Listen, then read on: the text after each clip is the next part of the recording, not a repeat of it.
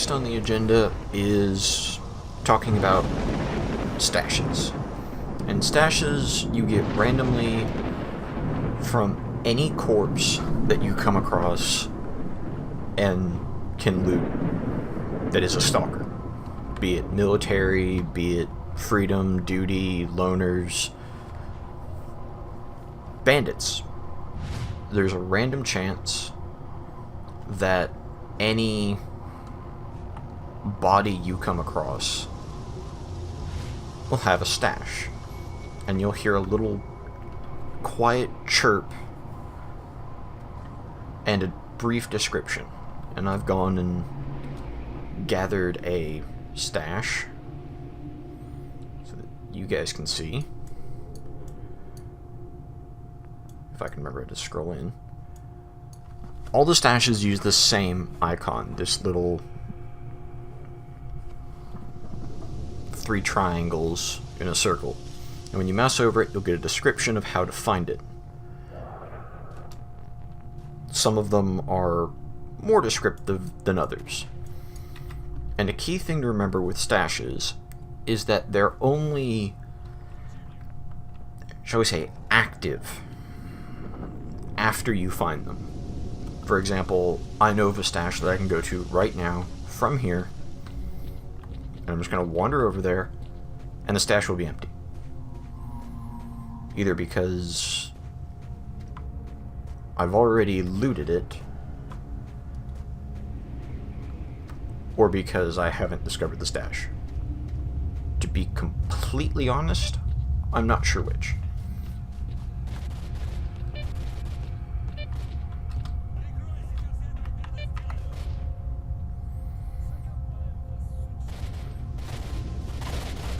And hopefully whoever's picking a fight with the military will be nice and let me show what I need to show. There we go. And we should be good. This little box, way up here, is a stash. And it will always say, search the stash or search the cache. You open it, and it is empty until you have discovered it. Now I'm fairly certain, don't quote me on this because I haven't tried it because I don't trust them, if you find a stash before you discover it, and use it yourself because why not, when you discover the stash, it is entirely possible that it will just overwrite what's in there. Whatever you stored in there will be lost. If you want to look at it from a role-playing perspective, whoever used it stole your stuff, probably to sell it, and that's the end of that. Now this skirmish going on with the military will hopefully resolve itself so I can show you, and you might have noticed in an earlier video, about hostility. Because there's 3 general categories for everyone. They're either neutral, hostile,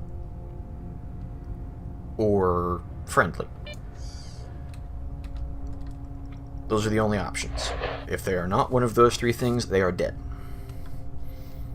But in rare cases, someone can be your enemy, they can be hostile to you, and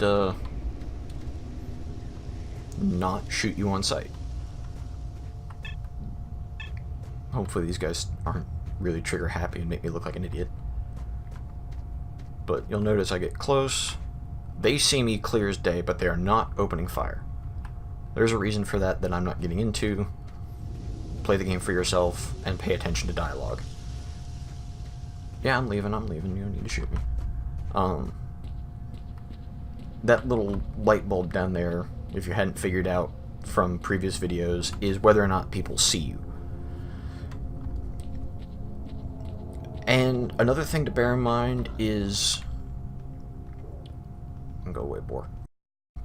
A thing to bear in mind is that for the most part, Okay, it's just for the most part,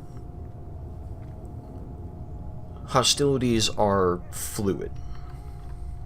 People that may start the game shooting you on sight, depending on how you play the game, may be neutral to you by the time you finish it. I mentioned in, I believe, the immediately preceding video to be careful about the hit jobs, the go kill this person. And the reason I say that is because I had a domino effect in one playthrough. Let's get back to the rookie village. I had a domino effect in one playthrough where I did so many of those kill the stalker missions because they were easy and I had a sniper rifle, that the common bandits were neutral to me because of the domino effect I mentioned. I killed this guy, which I think I did to prove something. Do you mind? I shot him and one of his friends got hostile. Well, that can stretch over several areas. It may be the same group in one area that every time they repopulate that area, they're all friends. So every time you go through there, you have to mind the hostiles.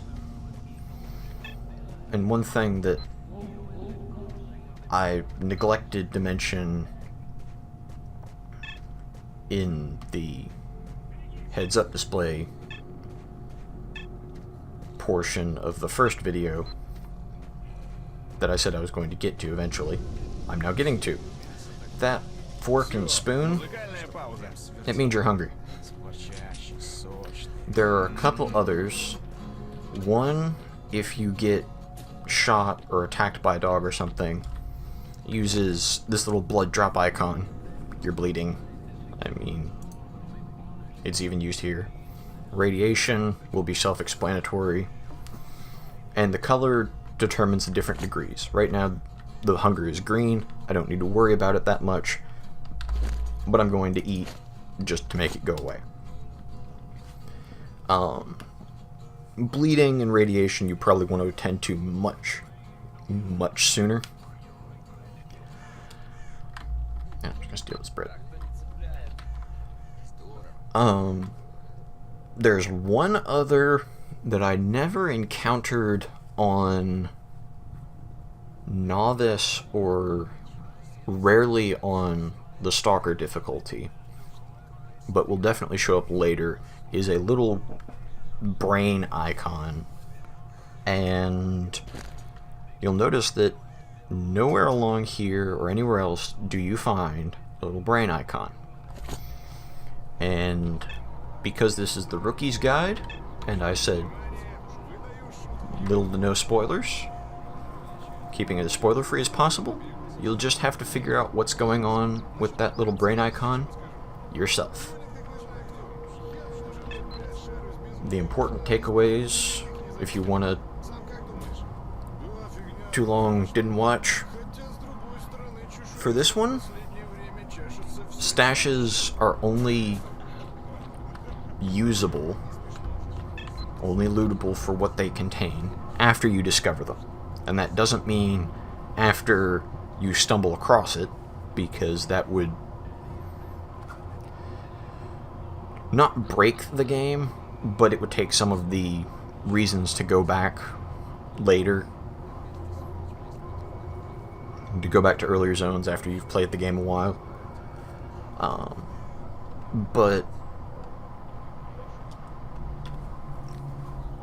it's possible, I believe, to activate the same corpse over and over and get stash information that way. But stashes contain the whole gamut of supplies from unique weapons all the way down to booze and bandages. And you may find them when you're too overloaded. There may be some that you can't go back to. There are some you can go back to whenever you want. And as long as you don't take everything in the stash, the icon will be there. If you take everything in the stash, the icon goes away, and you can use it as your own stash. Remember that the hostility is a fluid mechanic. It can change. You can become on speaking terms with bandits if you kill enough stalkers. There are some factions, like the military, that will always try to shoot you on sight. I have never been friends with the military. But I will see you guys next time.